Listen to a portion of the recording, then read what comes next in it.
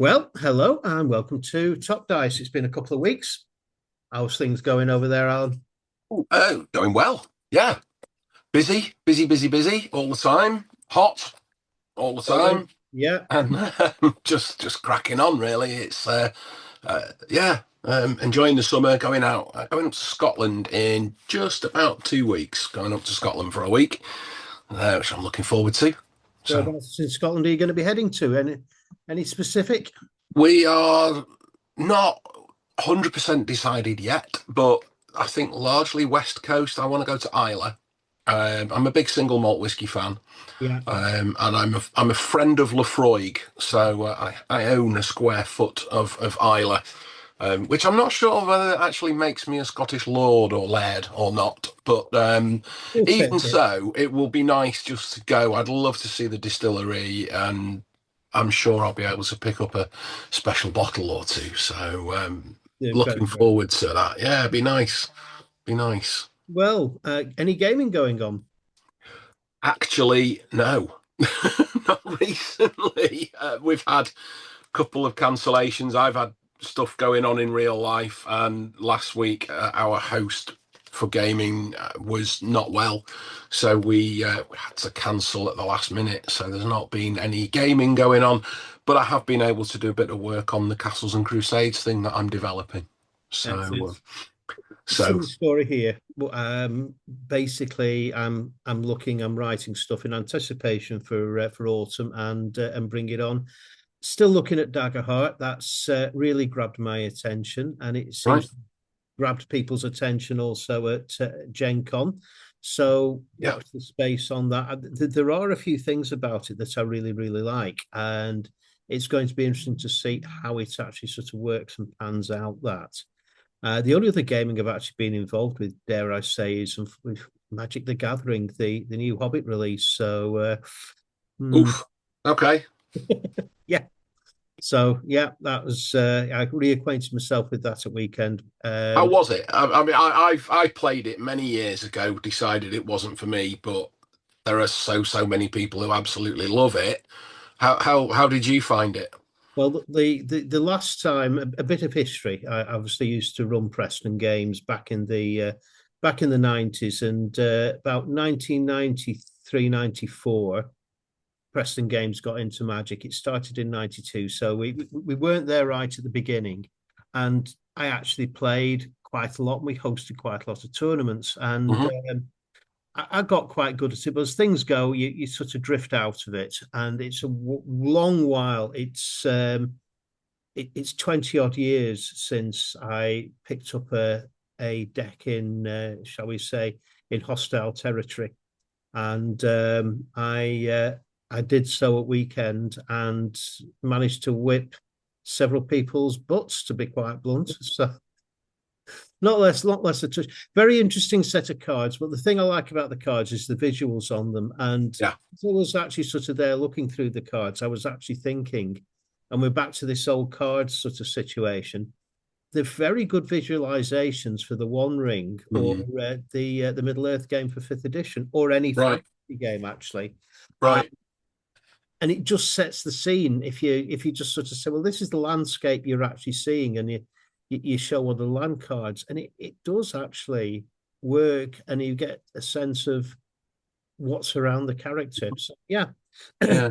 I mean, um interestingly, I was on Friday afternoon. I took a drive out and went to see a couple of well, one of our customers, one of a GMS customer, and one who we would very much like to be a GMS customer, and they're obviously both dealing with the release of this game of the Hobbit set, and one of them was quite quiet. Actually, the shop was fairly quiet, but was starting to get busy as we were sort of wrapping up our chat and I was getting ready to leave.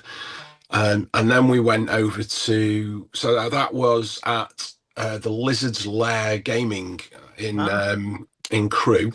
yeah. So yeah, I had a really nice chat with Jay and his partner down there, Well, and I'm going to come on to something that we discussed with those guys in a minute. They've got a lovely little setup. They've they been have. going just about a year, and they're just starting to really sort of get some traction there now, and they've got their little community, and it's all starting to grow, and it's great to see. And we're keen to try and support that in any way that we can. And then from there, I drove over to Northwich and went to Goblin Gaming in Northwich, and that place was absolutely bouncing. Now, we don't supply the guys at Goblin Gaming. If anybody from Goblin Gaming is watching, we want to work with you, please reach out. So I went and I left a couple of business cards because the right people weren't there because I was a bit late, but there were just loads of people in there playing their games. I could see the Hobbit cards were flying over the counter. And it's a lovely little setup that they've got there because it's not because it's more it's very much a game cafe, but they've also got loads and loads of other stuff on sale. And it was really great to see because the place was rammed. People playing games, chatting, having a few drinks and a bite to eat and what have you, and it was really good to see. Yeah, it was the two of the three people I actually ended up playing against were role players and were well impressed with the idea, and I was sort of suggesting, well, you know what, could use these for visualizations. They were like, oh yeah, I didn't think of that. So yeah, there are links in there. Obviously, it's a different aspect of the tabletop hobby, but yeah, quite a lot of them. All roads lead to Rome. That's it.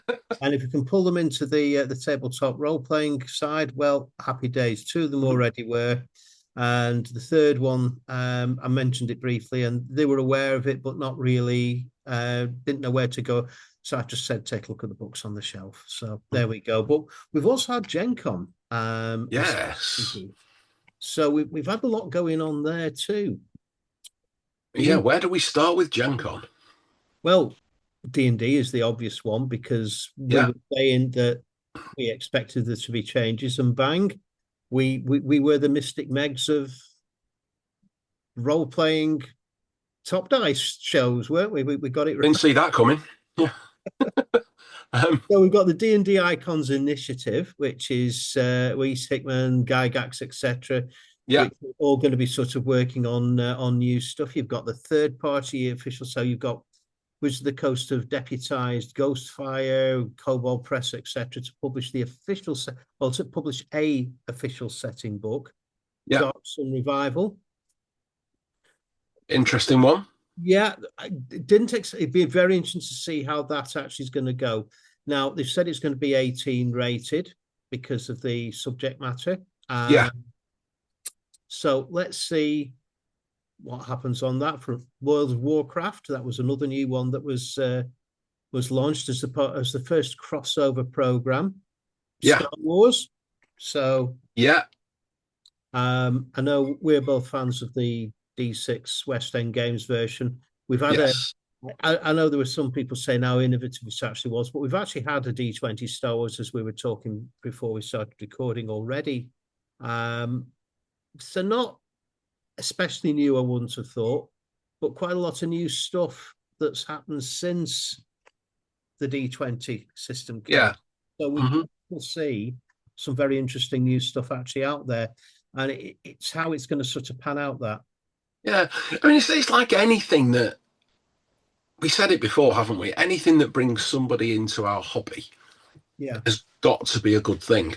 So, if somebody picks up Star Wars or Star Wars D&D or D&D Star Wars or whatever it is that it's going to be called and likes it and thinks that they're going to go try another role-playing game and another role-playing game and another role-playing game, happy days. Bring it on. As far as I'm concerned, bring it on.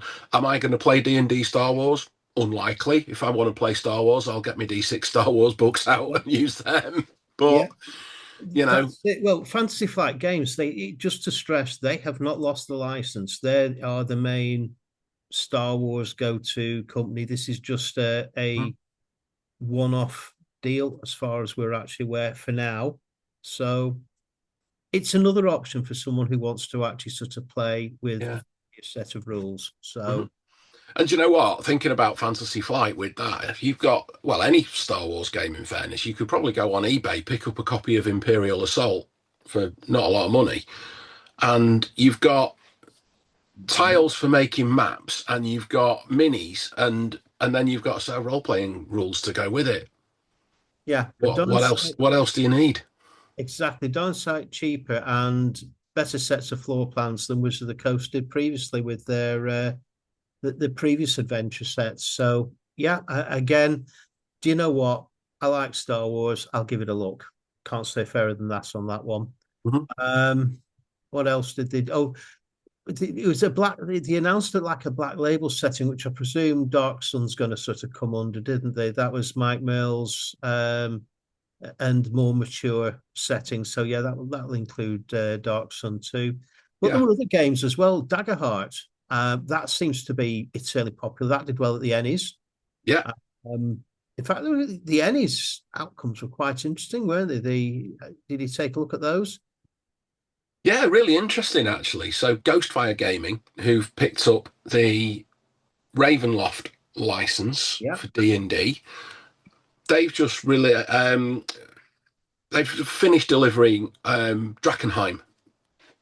So, Drakkenheim or Monsters of Drakkenheim is the campaign that was devised by the guys who run the Dungeon Dudes YouTube channel.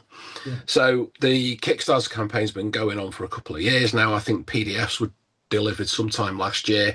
All the physical stuff for Drakkenheim's been delivered sort of around about May sort of time.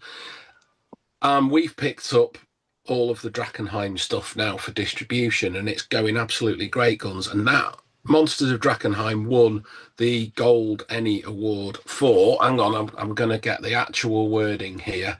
Best Monster slash Adversary. So that's gone. So Gold Any Award, Monsters of Drakkenheim, fantastic, and that's for 5e. Another gold Best Adventure long form is Vaesen, City of My Nightmares. brilliant. Again, Free League, more power to them. Um, will Vaesen ever replace Call of Cthulhu? Ooh, there you go. Yeah, Discussion yeah, point. Let's leave that one there and yeah. comments, please. Yeah. And then another interesting one was best setting was the silver award one for that one was Ryoko's Guide to the Yokai Realms, which is Loot Tavern, also for 5e.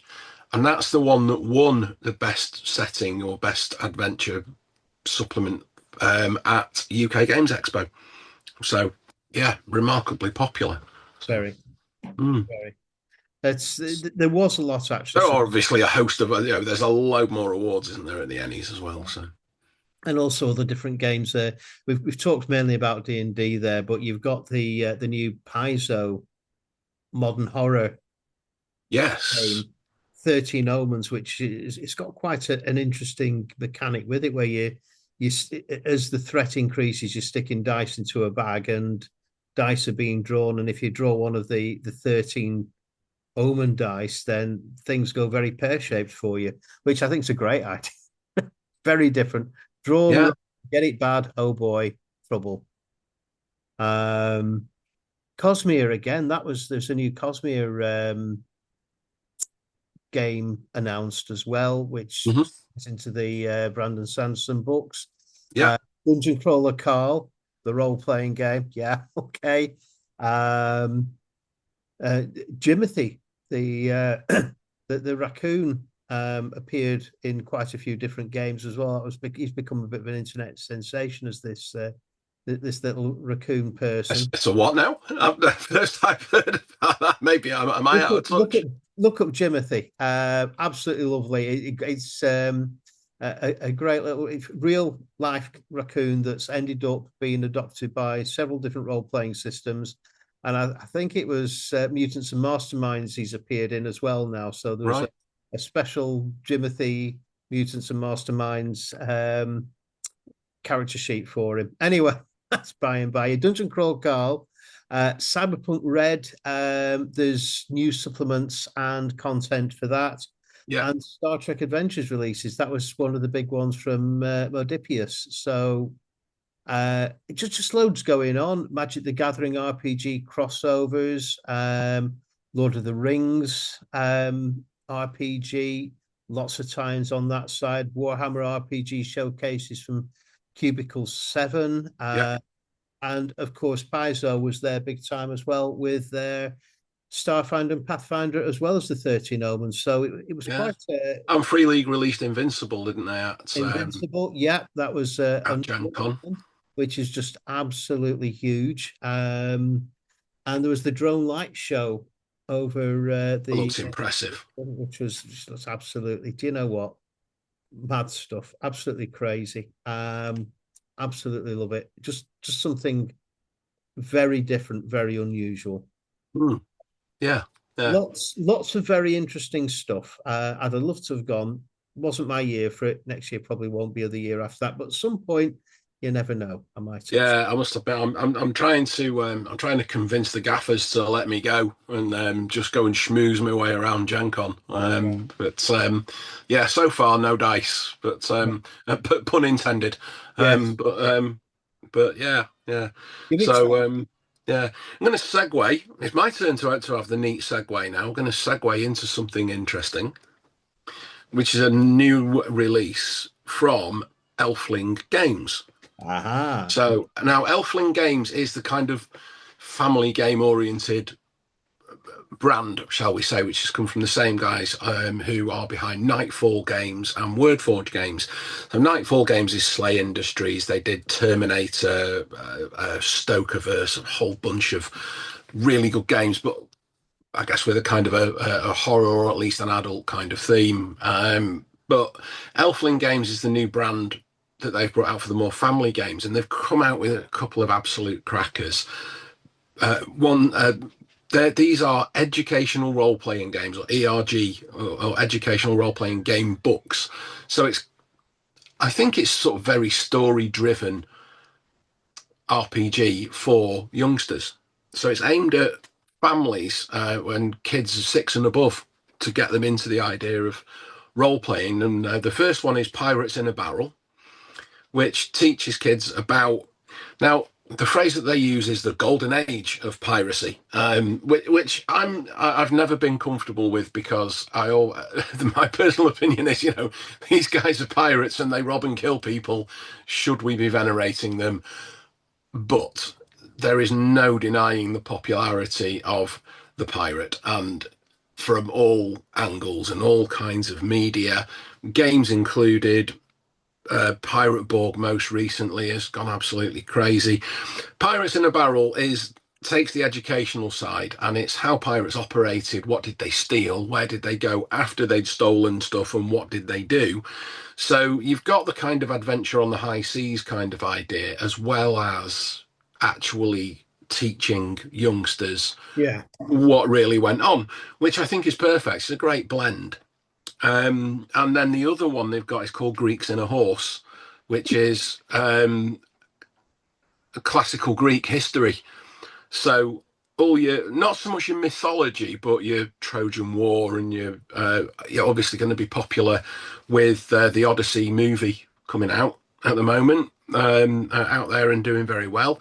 So yeah, a couple of new releases from Elfling Games. They're on the shelves of some good role-playing stores and a couple of others.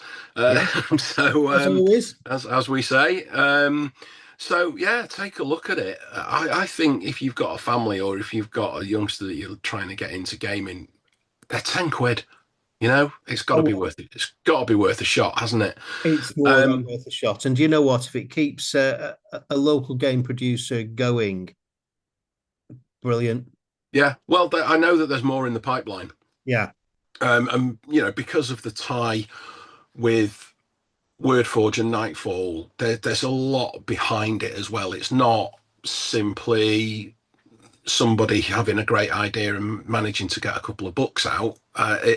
This is, done properly and backed up by decent companies.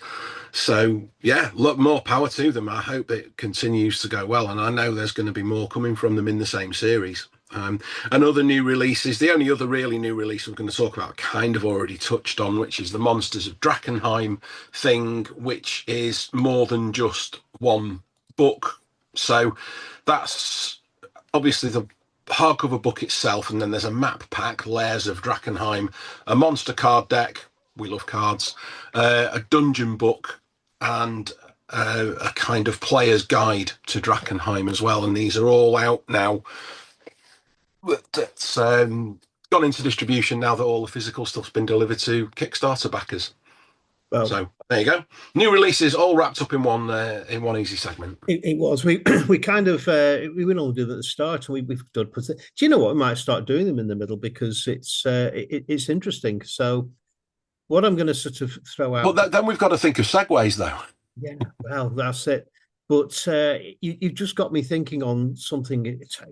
Think back 30 years about the choice that we actually had role-playing wise, and we thought it was like the golden age of role-playing. But look at it now. Look at the options we've actually got. How amazing is it? We live in a world where it's limitless, and it's great to sort of see the small producer actually getting games out in this way and just looking so good. Yeah, I totally agree. It's true that the barrier to publication has come down significantly. But at the same time, I had some idea about, when I did Secret Files of Section D, I've got a background in CAD and design and things like that. I worked in print and packaging many, many years ago. So I've got some ideas on things like that. But there are free software packages out there now for people to do professional looking page layouts. Yeah. And when you've got things like Drive-Thru RPG and Kickstarter, then that just encourages people's creativity. And there is some rubbish out there, and unfortunately there's some AI generated crap that people are just going to try and foist off. And those people, in my opinion, should be hung off the nearest washing line by their danglers. But that's no strong opinions then, really. No. I'm no strong opinions on that one. But if you've had a good idea and you want to try and get that out there, why not? Yeah. The tools are there to do it.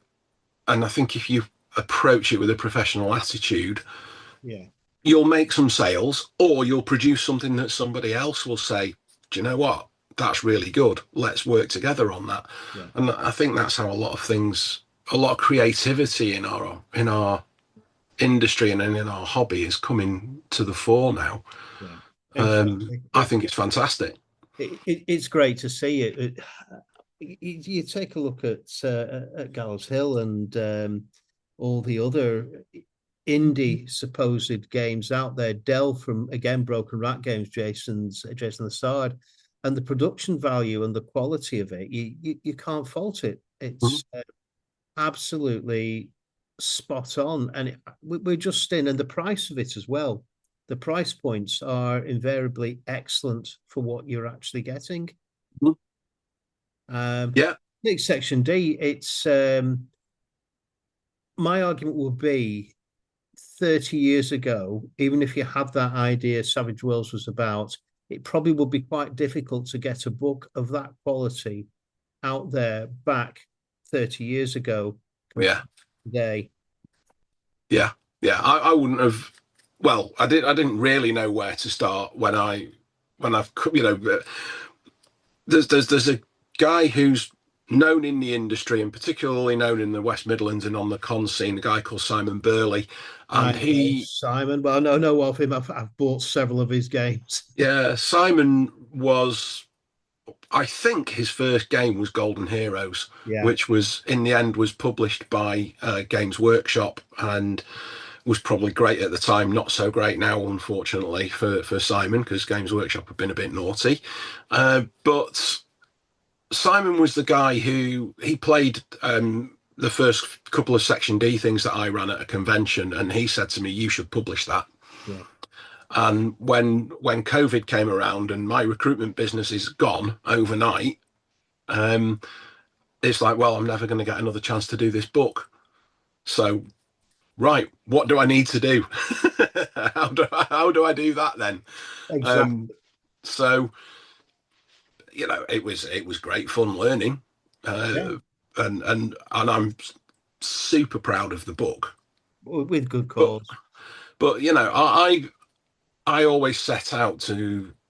Yeah, I was saying to people, no, I'm going to do an offset print run, and they're saying, why are you doing an offset print run? It's crazy. You can just do it print on demand through drive-through, and you've not got all of that outlay, and you've not got all of that Mm. Well, stock to you've got yeah, and okay, I got 500 copies of Section D printed, and I think I've got about 70 or so of them left at the moment.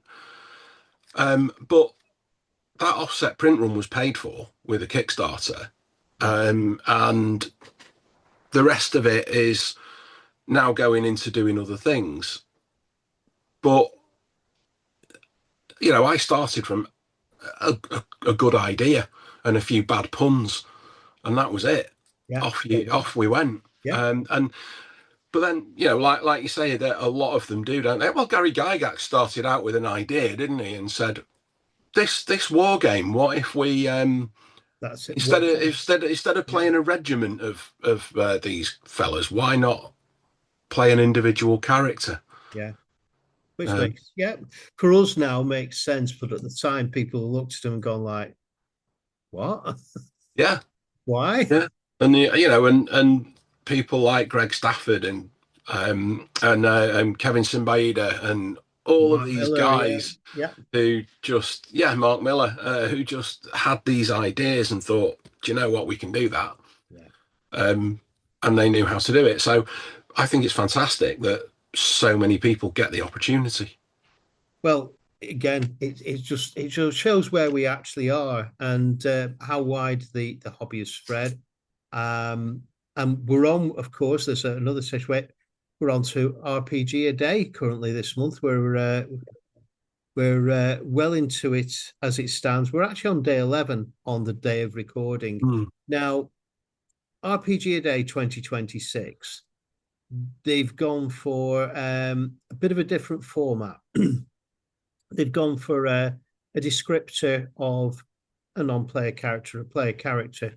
Well, I had to think about it. I spoke to several people on the well, there we go, the Facebook group, UK Tabletop Role Playing, and it was like, we want something a bit more substantive, a bit more of a solid question. So I went back in the RPG a day history, and they've done a blank sheet with the same sort of setup as they've got for the NPC PC thing.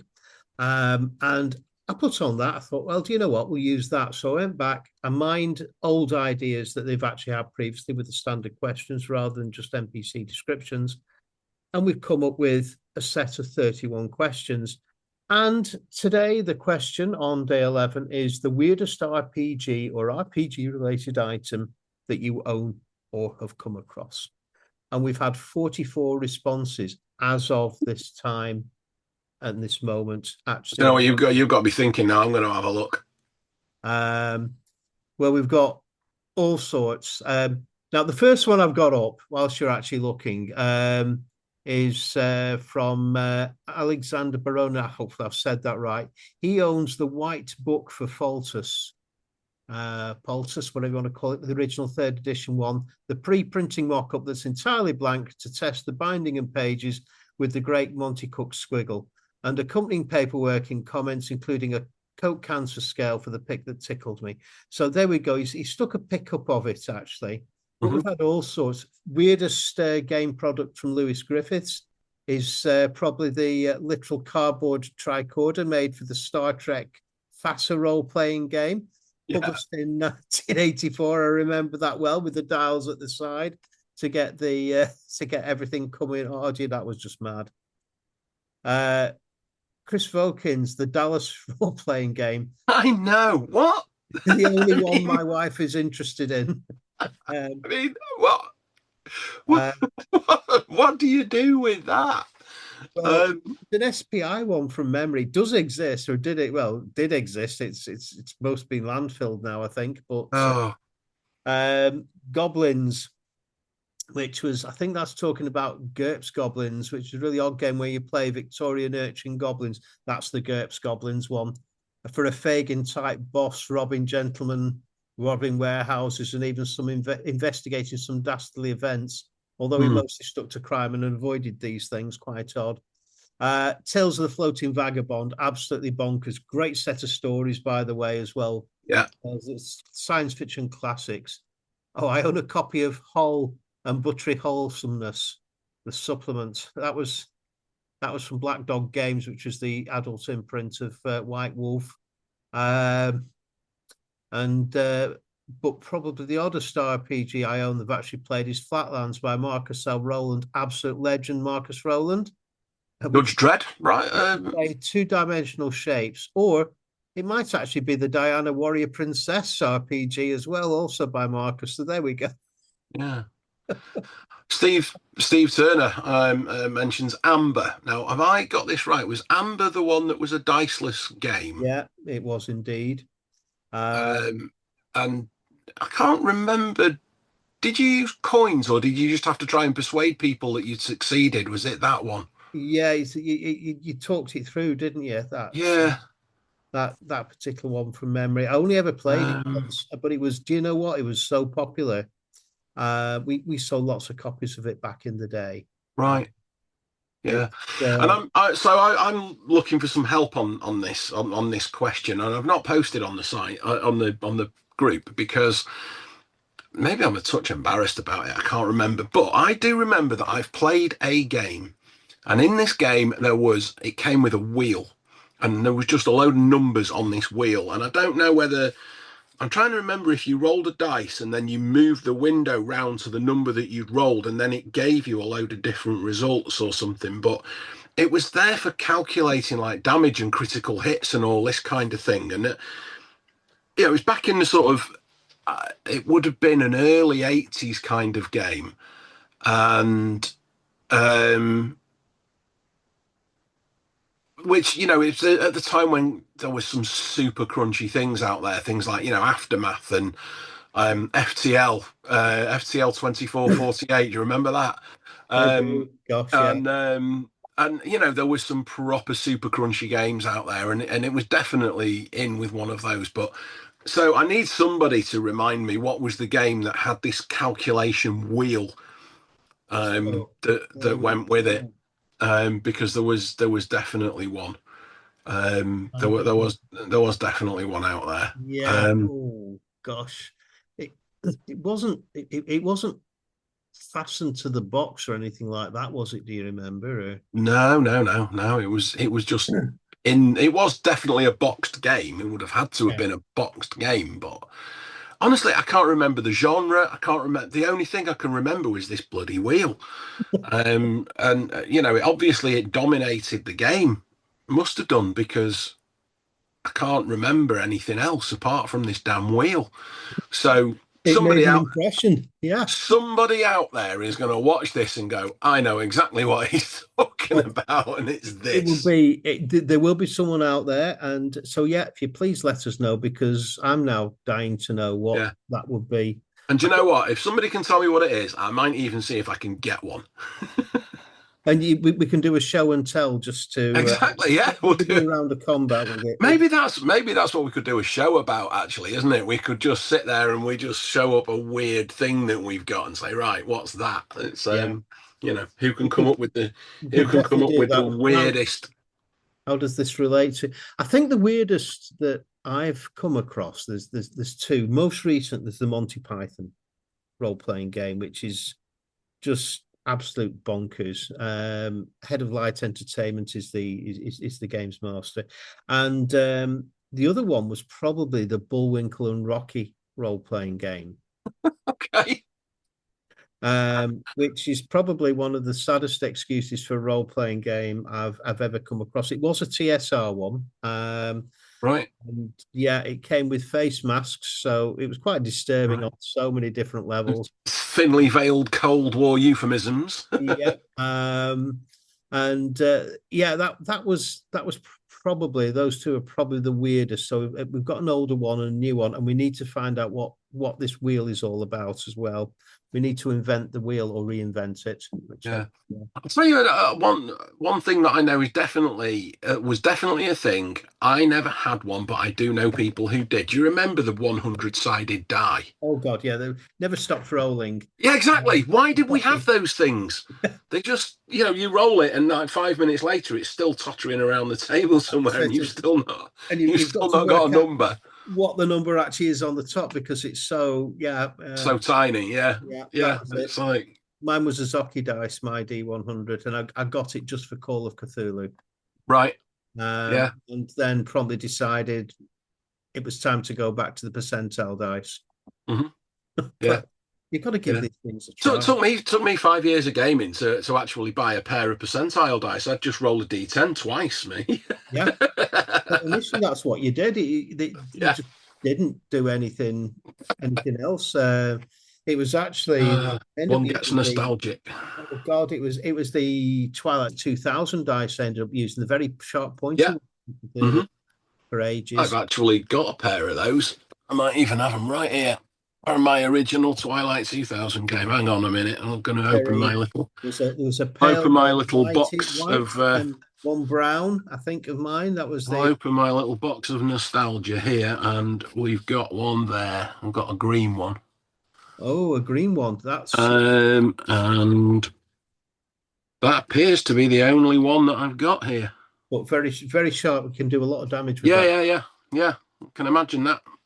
You know, you can keep your D4, get that in your foot in the middle of the night. That's not going to be a pleasant experience. That would yeah, that would go right in with that. The absolute classic dice from Games Designer Workshop. Yeah, thanks for that as well, Mark Miller. So yeah, Yeah. Oh, I'm knocking me iPad.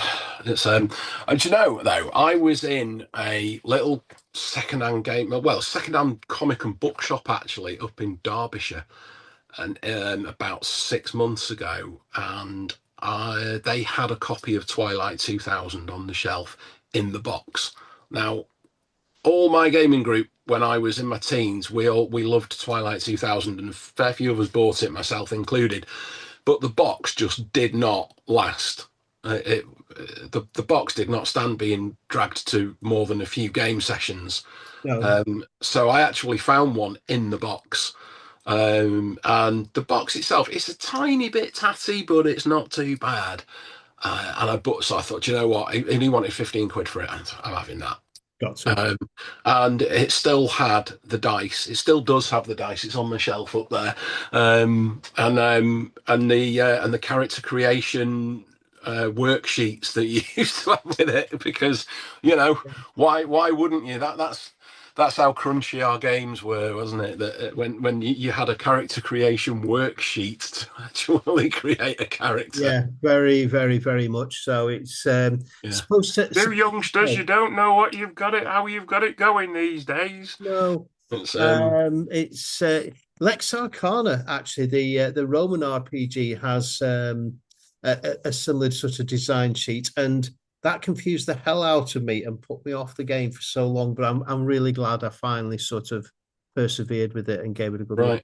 So, but anyway, enough of this. Time is fleeting. Yes, Stalking the land. I think that might be it for another week. In fact, well, it's been 2 weeks, hasn't it? So it's been 2 weeks. Let's just try and make it 1 week before we do this again. yeah, definitely. There's going to be big things happening next week. I don't know what they are, but there'll be some big things happening. I might even find a giveaway or something like that to actually dig out. I've got some bits and pieces actually there. Cool. We've got new Free League stuff to talk about next week. All right, okay, it's a definite. Right, we're on for next week then. I need to find out more. And is Vaesen going to actually overshadow Cthulhu? That can be a talking point, can't it? That's again a talking point, a big question to actually sort of ask. Will it actually happen? Will they do it? I think I already know where I stand on it. You want it now, or should we save it?